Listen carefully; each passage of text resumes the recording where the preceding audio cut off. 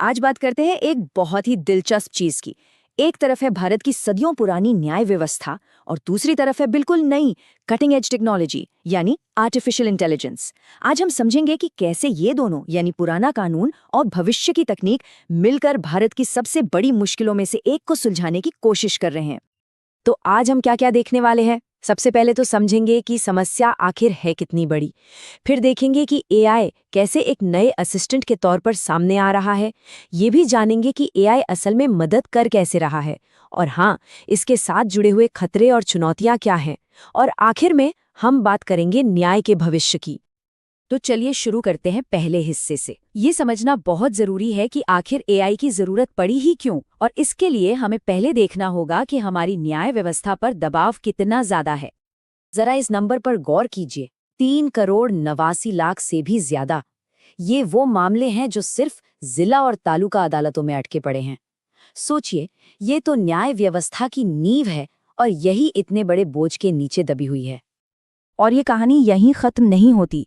जब हम ऊपर हाई कोर्ट्स की तरफ देखते हैं तो वहां भी करीब 58 लाख से ज्यादा केस अपनी बारी का इंतजार कर रहे हैं। मतलब ये बैकलॉग और भी बढ़ता जा रहा है।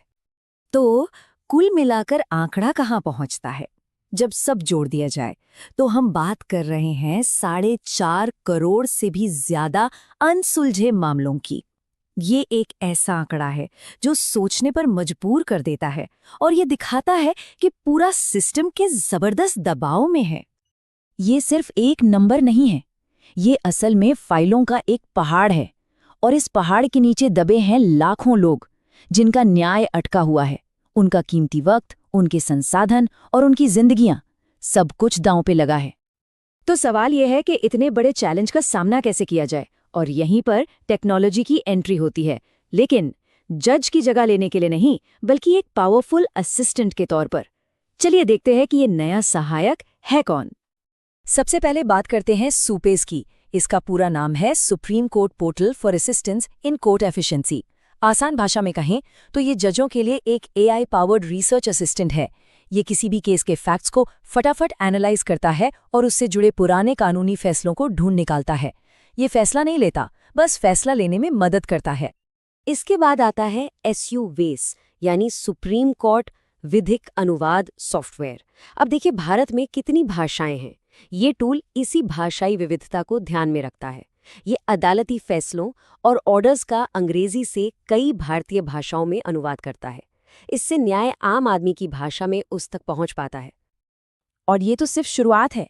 इनके अलावा भी कई और एआई टूल सिस्टम में आ रहे हैं, जैसे कि लीगल रिसर्च के लिए लीग्रा, डॉक्यूमेंट मैनेजमेंट के लिए डिजिटल कोर्ट्स 2.1 और तो और जज जो बोलते हैं उसे सीधे टेक्स्ट में बदलने के लिए श्रुति जैसा सॉफ्टवेयर भी है।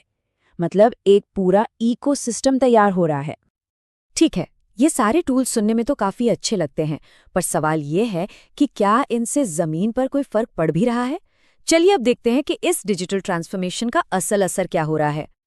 ये बदलाव सच में बहुत बड़ा है। जरा सोचिए, पहले जज या स्टेनोग्राफर हाथ से नोट्स लिखते थे, अब आवाज सीधे टेक्स्ट में बदल जाती है। पहले कानूनी रिसर्च के लिए मोटी मोटी किताबें और फाइलें छाननी पड़ती थीं, अब कुछ ही सेकंड में एआई पुराने केस ढूंढ लाता है। केस मैनेजमेंट से लेकर फैसलों के अनुवाद तक हर वो काम जो पहले मैनुअल था और जिसमें बहुत समय लगता था, अब ऑटोमेट हो रहा है। इससे वक्त भी बच रहा है और गलतियों की गुंजाइश भी कम हो रही है। और हाँ, इसके नतीजे भी सामने आने लगे हैं। एक बहुत अच्छा उदाहरण है मद्रास हाईकोर्ट का। टेक्नोलॉजी अपनाने के बाद 2022 में उनकी केस क्लियरेंस रेट 114% थी। अब इसका मतलब क्या है? इसका मतलब है कि उस साल जितने नए केस आए, कोर्ट ने उससे ज्यादा पुराने केस निपटा दिए। यानी बैकलॉग असल में कम होना शुरू हो गया। और ये सब एक बहुत बड़े राष्ट्रीय अभियान का हिस्सा है जिसे ई कोर्ट्स प्रोजेक्ट कहते हैं। इसके तहत जो काम हुआ है वो कमाल का है। 3,81,00,000 से ज्यादा ऑनलाइन सुनवाई, करोड़ों चालान का निपटारा वर्चुअल कोर्ट्स के जरिए और 500 करोड़ से ज्यादा पन्नों का डिजिटलीकरण। ये सब दिखाता है कि बदलाव किस पैमाने पर हो रहा है। लेकिन जैसा कि हर अच्छी चीज के साथ होता है, यहाँ भी एक लेकिन है। न्याय जैसी संवेदनशील व्यवस्था में एआई को लाना कोई आसान काम नहीं है। ये एक दो धारी तलवार की तरह है, जिसके अपने खतरे और चुनौतियां हैं। और यहीं पर इस पूरी बहस का सबसे बड़ा और सबसे ज़रूरी सवाल खड़ा होता है। देखिए, एआई एक तरफ तो बहुत सारे वादे करता है, तेजी से काम होगा, बैकलॉग कम होगा, पारदर्शिता बढ़ेगी। लेकिन दूसरी तरफ इसके खतरे भी कम नहीं हैं। जैसे एल्गोरिथम में ही कोई पूर्वाग्रह हो, या वो ऐसे फैसले दे जिसका कारण ही समझ ना आए, या फिर जवाबदेही की कमी हो। और ये सिर्फ थियोरेटिकल बातें नहीं हैं, ये असली खतरे हैं। सोचिए, अगर एआई को ऐसे डेटा पर ट्रेन किया गया जिसमें पहले से ही कोई भेदभाव हो, तो वो उसी भेदभाव को और पक्का कर देगा। ये ब्लैक बॉक्स प्रॉब्लम भी एक बड़ी चिंता है, जहां हमें पता ही नहीं चलता कि एल्गोरिदम किसी नतीजे पर पहुंचा कैसे। और क्या हो अगर एआई कोई ऐसी केस स्टडी बता दे जो असल में हुई ही ना हो। इसे डेटा हेलुसिनेशन कहते हैं। और सबसे बड़ा सवाल, अगर एआई से गलती हो गई तो जिम्मेदार कौन होगा? इसी वजह से भारत के सुप्रीम कोर्ट ने बिल्कुल साफ कर दिया है। उन्होंने एक लक्ष्मण रेखा खींचती है कि चाहे कुछ भी हो जाए, आर्टिफिशियल इंटेलिजेंस इंसानी जज का विकल्प नहीं बन सकता। ये सिर्फ एक सहायक है, उससे ज्यादा कुछ नहीं। तो फिर आगे का रास्ता क्या है? इन सब बातों को ध्यान में रखते हुए न्याय का भविष्य कैसा होना चाहिए, इसके लिए एक जिम्मेदार फ्रेमवर्क की जरूरत है जो एआई के फायदों को अपनाए पर इसके खतरों को दूर रखे। और देश के सबसे ऊंचे स्तर पर भी यही विजन है कि एक ऐसी न्याय व्यवस्था बनाई जाए जो भविष्य के लिए पूरी तरह तैयार हो। एक ऐसी व्यवस्था जिसमें टेक्नोलॉजी का इस्तेमाल सोच समझकर किया जाए। तो एक जिम्मेदार फ्रेमवर्क आखिर दिखेगा कैसा? इस पर मोटे तौर पर सहमति है। सबसे पहली और जरूरी बात, आखिरी फैसला हमेशा इंसान का होगा। दूसरा, एल्गोरिदम कैसे काम कर रहा है, इसमें पारदर्शिता होनी चाहिए। तीसरा, कानूनी जवाबदेही और नैतिक नियम तय होने चाहिए। चौथा, डेटा की प्राइवेसी और सुरक्षा सबसे ऊपर हो।